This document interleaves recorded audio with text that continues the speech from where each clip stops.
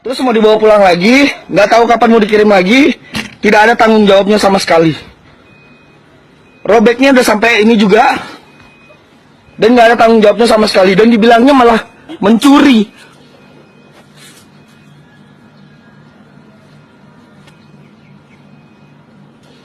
Ini barang frigil pak, barang frigil. Barang frigil, barang pecah belah. Kalau nggak ada ini nggak masalah pak. SOP bapak berarti tidak dipenuhi pak.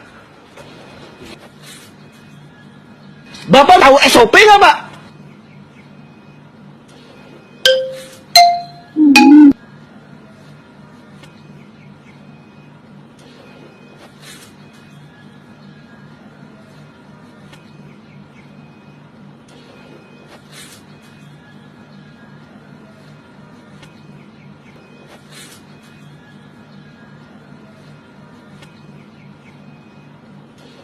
Ini barang frigil pak, barang frigil. Barang frigil, barang pecah belah. Kalau nggak ada ini nggak masalah pak. SOP bapak berarti tidak dipenuhi pak. Bapak tahu SOP nggak pak?